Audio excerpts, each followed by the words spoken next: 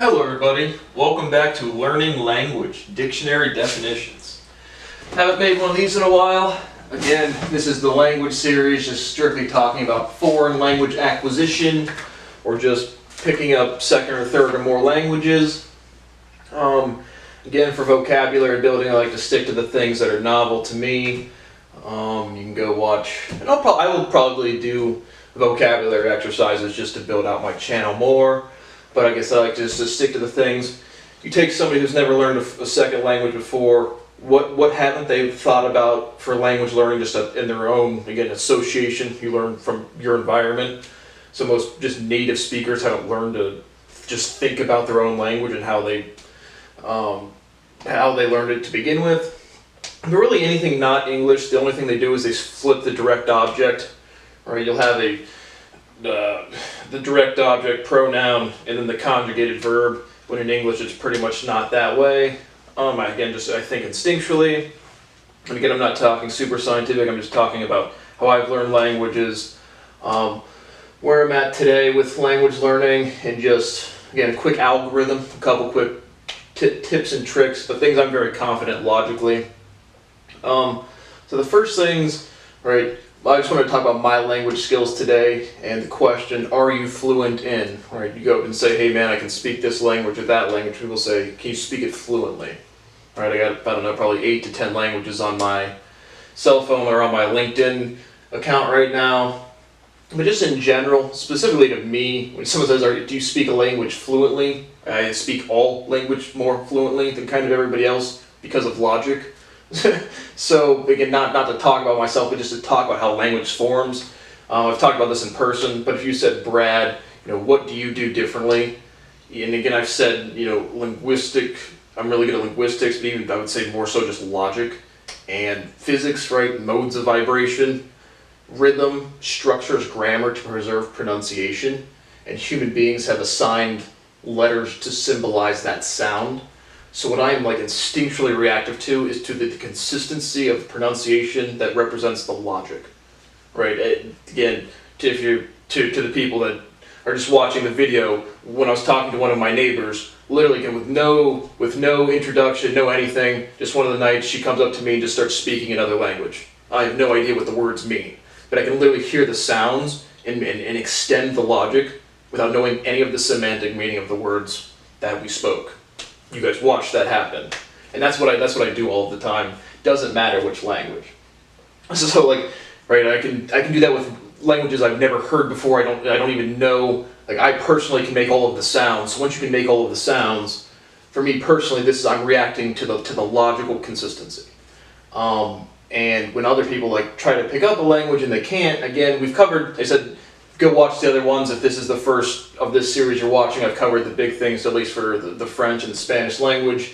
But the differentiation between for and by, that's the biggest logical differentiation in every single language. Forget the vocabulary, or forget the alphabets, Roman, Cyrillic, anything else. That's the biggest logical presence of anything, is just the difference of the prepositions for and by in any language. So, right, if you said, Brad, how many languages do you speak today? Again, still not a super funny question, because I just break it down like this. Sound recognition, as in phonetics. Again, how many different languages if I listen to rigorously through music and through songs? Enough to, again, me personally, I can start deriving languages I literally don't know. I can literally learn a language in a conversation and you wouldn't notice.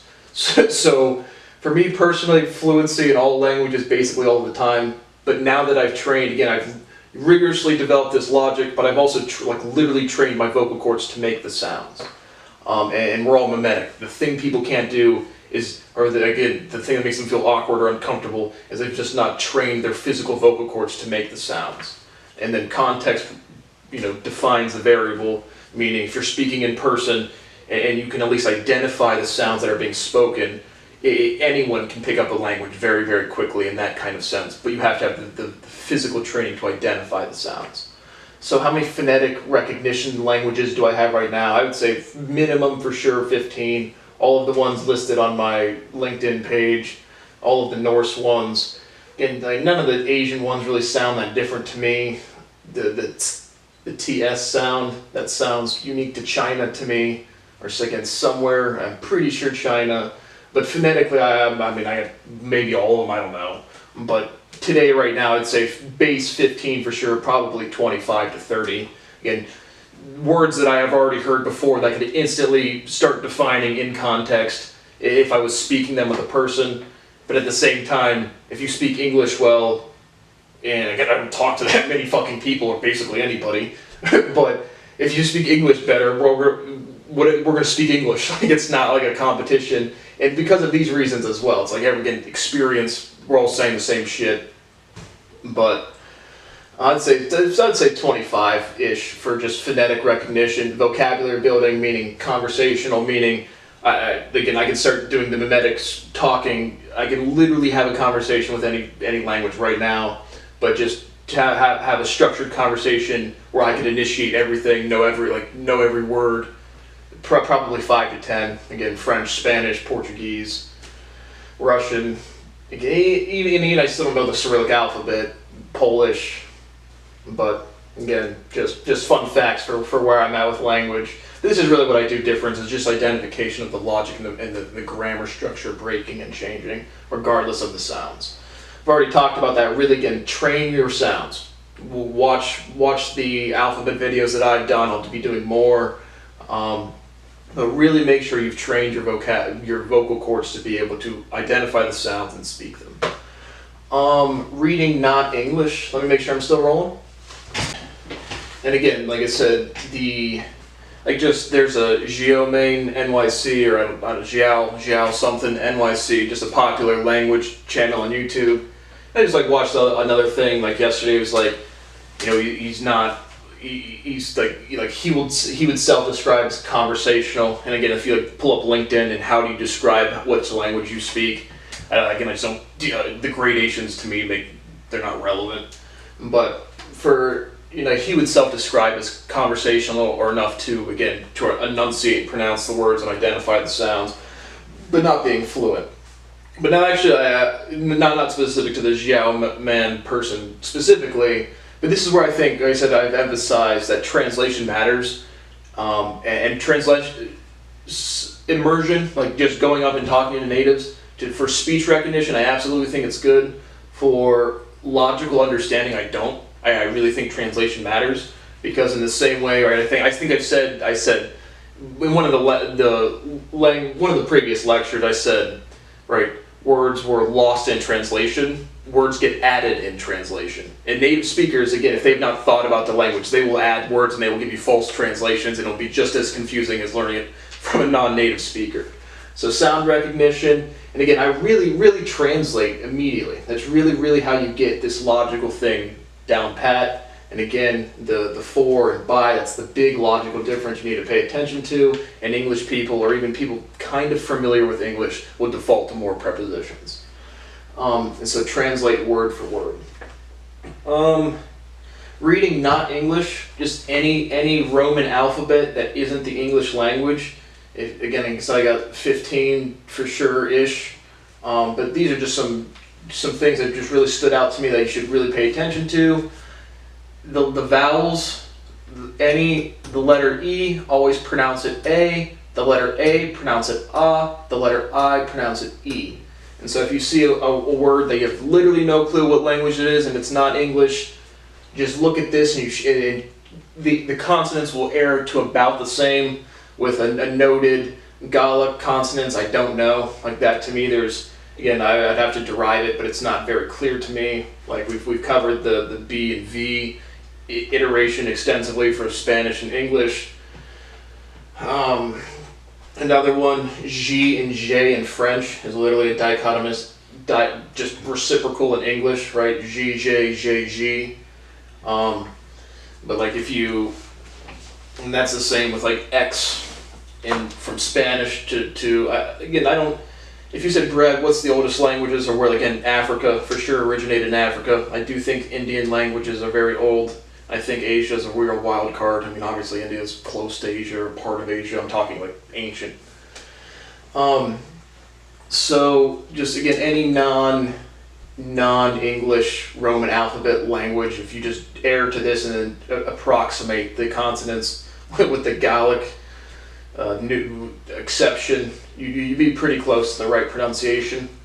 And then translate words closest to the English, the words they sound like. Just as an example, and I'll hopefully I didn't write down any specific examples because I'm kind of lazy, but grande and grand, right? In Spanish, you would say grande is big for a lot of different things, but like the actual literal translation is most relevant to grand. And again, there's a lot more poignant examples, especially for verbs. But always translate from the preservation of pronunciation. Always translate to the English words they sound closest to. That's the actual translation. And then once you're decently comfortable with a language, you'll get more of the semantic meaning, or the context defines the variable. It'll make a lot more sense that way. The other things, in addition to the E pronounced A pronounced I pronounced E, again from French, if you anytime you see the letter E with an up accent, again that's always going to be A, and E, the agrave, the accent down from the French language. We pronounce that in English, right? Pronounce this word, efficacy, efficacy. So again, just from learning as a native English speaker, learning French, this will be jumps out at people reading and translating. The E with the up, the agu is A, and I think seeing the letter E not pronounced I think that's where the vowel is kind of iffy or just different from French to English. The C, you'll see the letter C, again from French with the cedille, a little like 5 looking tail thing at the bottom. Ka. Right, from English, this would be C without the cedille. This would be closer to K, like ka. Any again non-Eastern European language, K-A. But the cedille softens the C pronunciation from K to S. So that's just, again, another very noticeable linguistic thing. And then finally, any Eastern European languages, you'll see a lot more little V accents over the S and the C. I think also sometimes G and other letters, but this just again softens the pronunciation. But like S goes to sh, sh, sh, sh, sh. So that's just another direct thing you should notice. So those are the, again, direct topics, little algorithms, little heuristics, little things that are very clear to me and should be pointed to help you learn a language. Keep translating. Again, first thing you do is make sure you can pronounce and identify and recognize sounds, mimic the sounds, and then start building your vocabulary, or again, then understand translation through the for and by difference in every language, and then start building your vocabulary. And again, I would start translating and building vocabulary after the sound recognition. So now I just want to go more so to the title of the video, dictionary definitions, and just show you some, again, simple Spanish translations of very popular phrases and just what they translate to literally and why I think they're interesting or not. And so just to show you, again, some more of that, also I was talking about some very common phrases. 4 Spanish phrases, one French word, but, alright, ¿qué tal? If you said that in Spanish, common phrase. What does it mean? Semantic translation, like what is it, well, how do people use it? How is it going? Alright, if we translated that literally, how is it going, back into Spanish, como es lo vamos, vamar, what the fuck, whatever the infinitive verb is for vamos, I go, vámonos, we go, como es lo going. So ¿qué tal? Literally the translation, the dictionary definition to translate after thinking about it and looking it up in the dictionary is what such. We'll go from hard to easy. But again, logically, how does the word tall, right? Dictionary definition that says such. How does the the contraction of logic, the efficiency of using less syllables. How did K-Tal get semantic to how's it going? All right, como está? How are you? So again, me personally, logically, again, obviously, semantically, that's what it's used as. But K-Tal, what's such? How did a literal translation of what's such become what's up or how's it going? Don't know. Por supuesto, right? We've talked about por versus para. Por is todo y siempre by. Para is todo y siempre for. Always, all the time. So by supuesto. If I look this up, literally in the dictionary, it says by supposed. Supuesto, translate closest to the English word, supposition, by supuesto.